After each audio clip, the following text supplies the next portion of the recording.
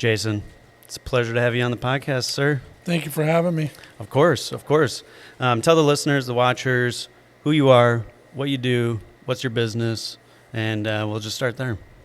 Well, my name is Jaysen Scherger. I own T-Town DJ here in Tiffin, Ohio. Been owner of this business for about 14 years. Started from the bottom, worked my way to where it is today. Love it. It's just a lot of fun. Yeah. With a lot of public help and, support from my friends and family, it's made it really a lot of fun and really successful. So that's awesome.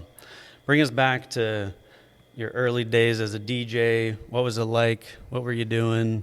What equipment did you have? Give us the nitty gritty behind T-Town DJ, where you started. Well, I know I started DJing at the Duck Inn here in Tiffin. I was just freshly able to drink, so 21. And I remember it was playing CDs, so really crazy, and you had to keep everything going. I did karaoke as well, and then I remember one night I played the wrong song. There was the Hollaback Girl was one of the biggest hits. Yeah. I played Hollaback Youngin' accidentally, and the owner of the Duck Inn came in ticked because I didn't play the right song, and he grabbed the CD and just busted it and threw it all over the place. Yeah. I'm like, oh man.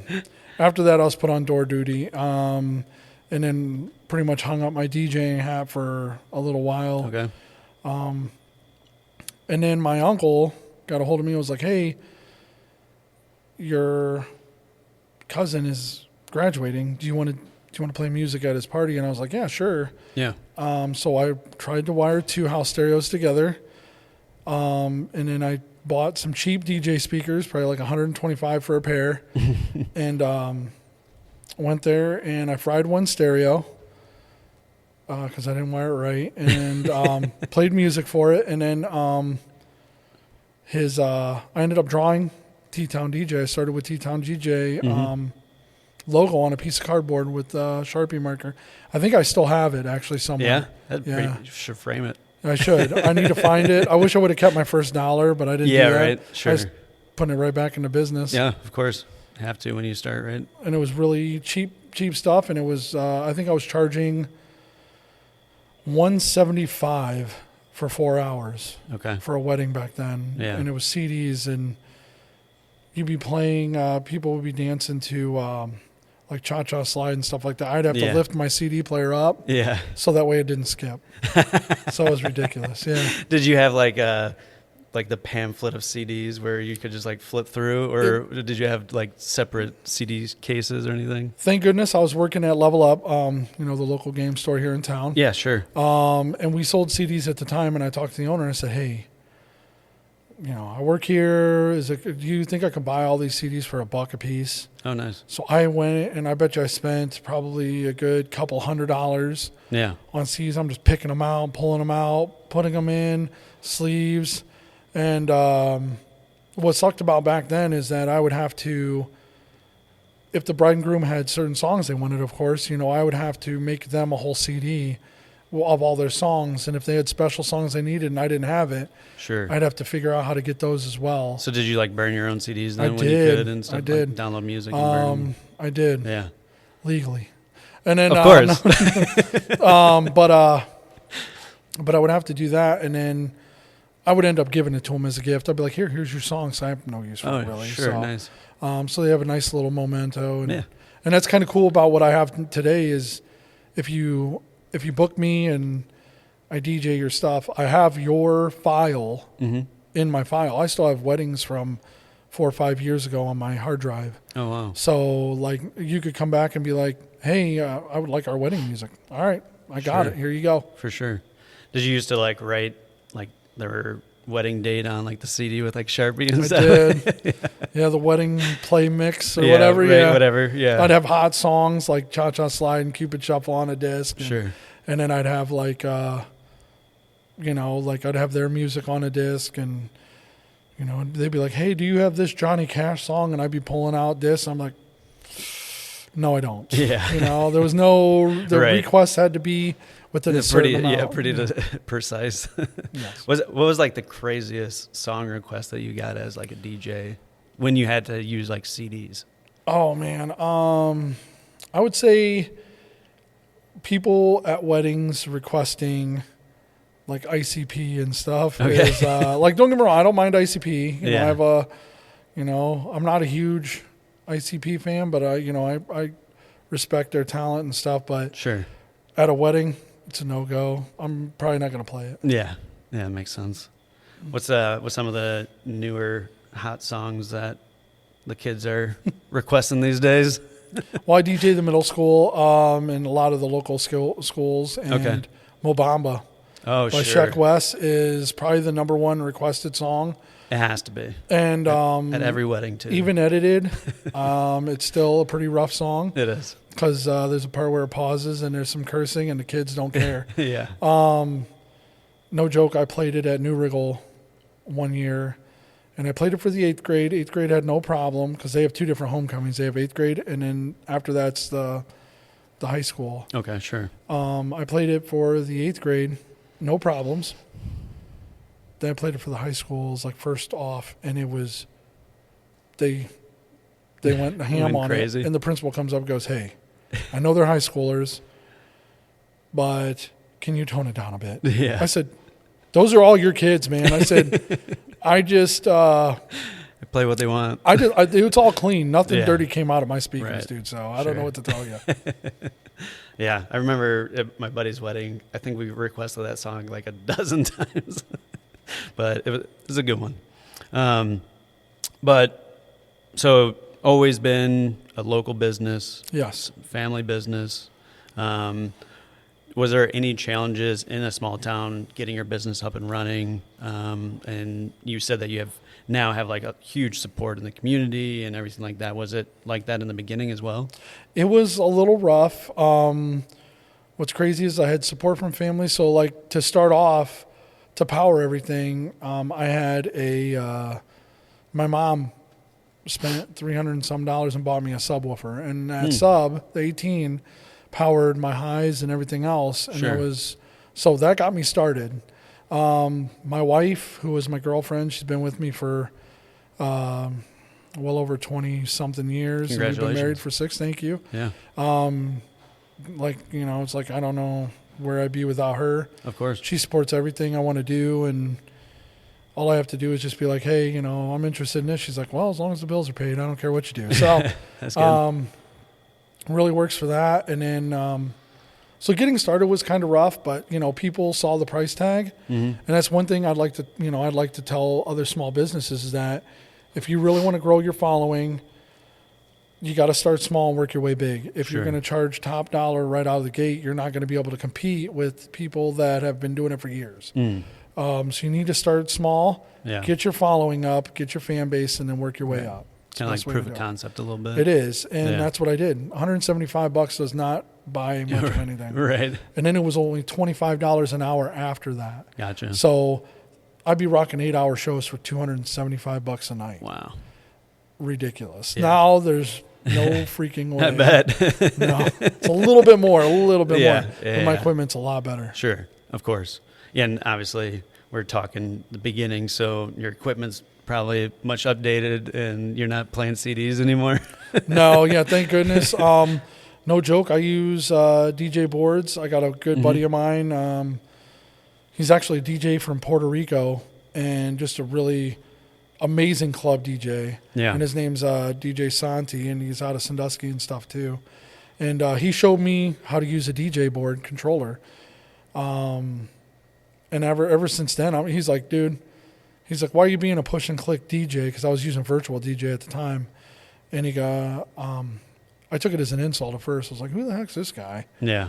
Screw you, dude. And met him, and he rocked one of my DJ bashes. And ever since then, we've been buddies, man. If he needs something, I've got him. Yeah. I've thrown him subs before. I've let him borrow my DJ controller. Nice. Just really cool. Right. So, not like we talk about like collaboration. So like that shows that you're willing to like collaborate with other people and let them, you know, enjoy the same successes that you have, and you like share that experience with other people. Talk about like, what is there anything else in the community that you do or personally that you do to like work with other businesses or anything like that? I do. I work with the chamber as well, which is awesome. They hire me for a lot of downtown functions. So sometimes when they do the awards here at the Chandelier and stuff, they'll have me DJ that. I DJ a lot for the Renaissance as well, so I'll be out front, and he works. Dave's amazing. Yeah, he is. So he works with me as well. Tom, who owns this place, he hires me all the time. Yeah. Big shout out to Tom and the Chandelier for letting us shoot a late night podcast here. Much appreciated. It's just an amazing support system, and like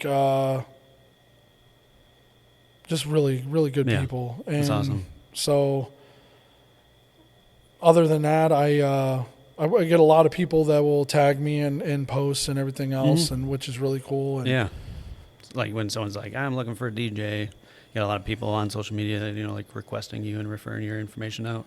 I don't advertise a lot. I don't spend a lot on advertising. You know, I do business cards. I push myself really hardcore on Facebook as much as possible, because Facebook's amazing and it's free. Yeah. You gotta love free social media marketing. Free is amazing. It is. And then of course I put like stickers, decals on my vehicles, because I'm like, if I'm driving it, might as well, right? If I can push myself, I'm doing it for sure. So it's just really, it's a testament to the work we put into, you know, DJing and stuff. So. Do you have anybody that like helps you with your DJing? I do, and I'm so glad you asked that, because I wanted to give them a shout out as well. For sure. I've got 3 DJs currently that are working for me. One dude has actually personally saved my business. I was living in Bellevue at the time, and I had to get a factory job to pay my day-to-day bills. Unfortunately, now DJing, I could probably live off of it if I wanted to, but back then I couldn't. It wasn't reliable enough. Sure. And during the wintertime, you shut down, so bills don't shut down. Yeah. So this guy came in, and he was interested in DJing. I said, hey, dude, let's go. He DJ'd, rocked it right out of the gate, and he's been with me for 8 years. Oh, wow. Doing that. He saved my business. I wouldn't even be here if it wasn't for him. For sure. And then... two local guys that I've got running for me right now. Bill Dawson, and the guy's name is Ben Hampton. Bill Dawson, who's from Tiffin. He's amazing, just a really good dude. Also, Blake Homer is the other one that works for me. He just started. Used to work up at JT's Bagels. Oh, sure. So the redheaded guy with the glasses. Blake. And then I'm also looking at another one that's going to be starting on the 27th. It's Carrie from Remax. It's her daughter. Okay, sure. Yep. Chloe. So Chloe is going to be hopefully starting and joining the T-Town crew. So that's awesome. You know, how you mentioned that was it Ben? Ben, yes. Ben helps out, saved your business. So like, how vital is it to have like good employees, good reliable employees nowadays that you can like just say, hey, can you be there, show up, you do it. You know, they follow through with everything. Obviously, they are working for you, and you haven't fired them yet, so that's good. Yes. But so they must be somewhat reliable. But how important is it to you as a business owner to have reliable workers? Well, even just being a DJ, because you're contracting these guys out. Sure. So you have to be able to trust them with thousands and thousands of dollars with your equipment. And then be able to trust that they're going to do a great job. Because one thing I've learned, and especially working where I work now, like my day-to-day, is that you can have 1,000 great reviews. You can have one bad review, and that's what people latch onto. They don't care about the good stuff. They want to know what bad you're doing. Yeah. So like you can have 1,000 amazing reviews, and then somebody will look at the bad review and be like, I don't know. Sure. And I've had to deal with a couple of those, but but they do a fantastic job. They train with me personally, and I'm a firm believer. If you take care of them, they'll take care of you. Yeah. So they get paid really well. for one night of work, man. So, Yeah. you know, and the way I look at it is they earn it. They do a great job. I'm more than happy to pay for that. Yeah. Do you have any like memorable or heartfelt moments of like maybe when Ben started working for you where you were just like, man, like this guy's awesome. And, you know, like you said it tonight, but like I couldn't do that without him. Was there like a very specific moment when you kind of like realized that, you know, you found a good one? I think when he started and he just came out of the woodwork, just rocking it out. Yeah. And, like he did a lot of things, and he was by my side when I was going through issues and having problems in my personal life. Mm-hmm. He was right there, and I never let it slip that he didn't mean a lot to me, and my wife even loves him as well. Yeah, like, you know, and he's part of the family now. He's just a really, and he's a good guy. And what's cool about it is that he got something out of us too. Because T-Town DJ kind of helped him boost his confidence. He was just a nerd, the normal nerd, played Pokemon and, you know, and then like he got a little suave from, you know, DJing, you know, because when you're up there, you run the show. Sure. You're the boss. You do what you got to do. Yep. And he did. He rocked it out. And can you speak on that? Like how does it feel, or like being a DJ, being like the spotlight for so many hours in a night? Like, is there any pressure, or is it just like straight excitement that you're like making everybody have a good time? You know, like what's going through your brain when you're DJing? Okay. So me, I was destined to be that. I was destined to be a DJ. I was destined to entertain. My home videos back when we used to use VCR tapes and stuff, I was always doing something stupid, goofy. So when it comes to talking in front of people in high school and school, you would have never known because I hated it. When I first started DJing and I had to like announce the entrance for the bride and groom and the bridal party, it was tough. I'd sit back behind the booth and I'd be like, okay, Rachel, Tim, you know, I'm just going through the names. All right, Rachel, Tim, you know, doing all that. And now it's just another day in the office, man. Right. It's not that I don't think it's important, but it's just so easy. And it's the hardest part is trying to, and one thing I learned is that you can't please everybody. That's the hardest part. Of course. So because when I first started, I was like, oh man, I want them to have fun, but I want them to have fun. I want them to have fun. And now it's like, now it's kind of like, well, I'm going to try and hit everybody. I hope everybody has fun. I know the songs that people are going to jam to. If this is a dancey wedding, they're going to dance to this. And if they do, awesome. Sure. But if they don't, then maybe it's just not the day, you know? Yeah. You're going to have good days and bad days just like any other job. For sure. Has anybody like broken any dance floors or anything while you were DJing? No. From partying too hard? Thank gosh. I did DJ a foam party at the bar I used to DJ at in Bellevue, the Green Emerald. And they were worried about that then because they laid a tarp down, but it didn't hold everything in. The water got out. So the owner was like, concerned. We're not doing this again. We're doing it outside if we do it. So yeah. But yeah, no, I haven't broken any dance floors, but I've had some packed ones and a lot of fun, man. What's been like your biggest venue or biggest party that you were able to DJ? I'm going to say probably the biggest one. Oh, okay. So I just did one this last year. And no joke, I rock electro voice speakers up and down, and they're no joke. They can rock the whole downtown. They do rock the whole downtown. I DJ'd at the Sycamore Event Center, and I'm not kidding. It was every better part of 500 people in this place. It was packed. Yeah. They had me set up. They had tables lined from almost wall to wall, just line. And I'm back behind everything, and the dance floor is probably like 50 to 100 feet away. And I'm playing through people, and it wasn't. Right. They were like, it's just not loud enough. I'm like, there's nothing I can do. I can't get through all these people. Yeah. But that's probably the biggest wedding I ever did. Like the most like high-end event I've ever done was probably Edward Jones. I DJ for Edward Jones every year, which I appreciate. Yeah. Elaine Dougherty from here in Tiffin hires me, and she's amazing. Okay. She's so cool. But I DJ'd up in Toledo at the Toledo Club. And I didn't know what that was. So I'm like, okay, T-Town DJ. Some people think I'm from Toledo, so I'm like, okay, whatever. Okay, sure. Go up there, and I'm not kidding. I walked in this place, and I'm like, am I underdressed for this? This is like, I'm wearing tie and shirt and everything else. Everything is like mahogany. Oh, wow. Like old style wood. It looked like an old father's like yacht club type place, Sure. Sure. And I'm not kidding. Like they set the food up beside us, and they had steak, and they cut the steak for me. I didn't even have to cut my own steak. Really? Like, you're gonna feed it to me too? This would be great. Yeah, right. But I'm not. It was insanely elegant. Sure. But they went ratchet. They did. all the ladies are like, let's play some ratchet stuff. I'm like, yeah, you got it.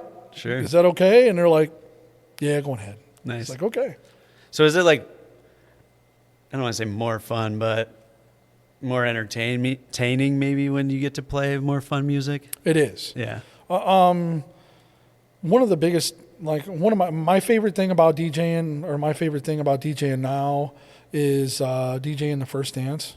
To me, that's the reason why I do what I do. Sure. That's the reason why I love what I do. It's an amazing special moment. It is. And the way I look at it is that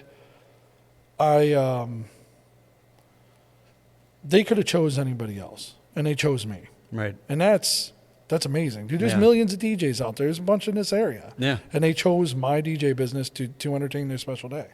Sure. And I think that's what helps with my DJs as well, is that they feel the same way. Yeah. Like they understand that we didn't have to be chosen for this. Right. We get to go out there, play music through speakers, get paid a decent amount of money, and go home that night. Yeah. And have a fun time doing it. Yes, I agree. Do you like a consultation meeting before, with like the couple, like let's say specifically like weddings? Do you meet with the couples to try to figure out, like how they want the night to go and what music they want to play and stuff like that? Yeah, it's totally up to the couple. If they would like to meet beforehand, we're down for that. Sure. If they don't, then we don't. It's not we just get there and we run off the fly. Right. We're pretty easygoing. Sure. Like we'll have a lot of photographers hit us up and be like, so what's the agenda tonight? And I'll be like, I'll show you the page with all the songs they want done. And right. But it's just easy to do. To me, I think a lot of people make weddings more complicated than they have to be. Our goal is to expensive. Yes, I agree. That's why I love being a DJ. So 'cause I can be like, hey, my anniversary party this last year I had here at the Chandelier. Okay. Well, my DJ did it. Yeah. I was like, I'll pay you. Here you go. Yeah, right. Know? Sure. But I think people make it more complicated than it has to be. And our goal is to take a lot of that stress off of them. You know, don't go check the food. Let us do it. We'll take care of that. I'll go check the food, make sure it's ready for you. You just sit and enjoy your day. So you're doing a little bit more than just being a DJ showing up and playing music. Yeah. I want to make sure that if they need something done, I'm there to do it. Right. I want you to enjoy your day. That's the whole point. For sure. It's their day, like make it special for them and let them enjoy it. And that was the most important thing for my wedding, was like, this is our day. And it is. It was flawless, by the way. Like, our wedding was amazing, and no complaints whatsoever. Everybody had a great time and definitely hit the dance floor hard. But yeah, it is amazing when, your DJ really, really cares more than just the music. They care about you, and they care about you having a good time. That's what I'm saying. I think a lot of people just do it for a paycheck, and that's a problem. Yeah. Once you're doing it for a paycheck, that's when it's time for you to step away. Sure. And I hope I never get to that point. Yeah. So. For sure. Has there been any oops daisy songs or mistakes that you read the room wrong, or you're just the technology messed up or anything like that? I've had it to where trying to find a good laptop to run my board on and not spend a crazy arm and a leg and get a gaming PC or laptop is ridiculously tough. Gotcha. So I've had it to where hard drives were failing on me. Oh, wow. I DJ'd a wedding out at Arlington Acres here in Tiffin as well. Love them as well. They support me as well. Mm-hmm. Beautiful venue as well. And my hard drive was dying. just all of a sudden just started going out. I couldn't pull songs over. So every song request I was downloading and putting it on my computer, and out there it's really tough. I have to use my phone, and it doesn't work very well. Yeah. So I had to download all the songs that everybody was requesting to my computer to play it on my board. Oh wow! So it was an interesting night. Yeah. But the way I look at it is, it's you got to rise up. If you're having problems, you better know how to jump, get it going, figure it out, be able to pivot and transition and still make it work. I'm very good at rigging things. Yeah. It's a blessing and a curse, but I'm very good at rigging things, so I'll figure something out. Yeah. That's awesome. Well, let everybody know, where can they find you? Obviously you have a website and social media pages, so yes, plug those. TTownDJ.com, and then also you can call us at 419-618-6153. That's my personal number, and then also we're on Facebook as well. So if you go to T-Town DJ on Facebook, you'll see my beautiful face, and then that's our page. And you do a podcast too, right? I do. Yeah. I do. We do Back in the Day with John and Jay on all streaming platforms. But if you don't have any streaming platforms, it's backinthe.daypodcast.com. Okay. The one thing I do say is, though, it is very vulgar. So if you get offended easily, don't listen to it. All right. If you're going to hold that against me when hiring me, don't listen to it, because it's I go for shock factor. I look at it like a normal podcast will float around in mediocrity, but if you've got something that pushes the envelopes, that's where you're going to stand out, and that's what we wanted to do, and that's what we do. Sure. That's so, awesome. we got some good news in there and stuff, too, but if you like things to where you're like, oh, my God, I can't believe you just said that, then, you need to check it out. Steer clear. Yes. Sounds good, man. Well, I appreciate you spending your time with us tonight and doing a podcast with us. And, if you need a DJ, this is your guy. So Thank you. Thank you, guys. Thank you, Jaysen.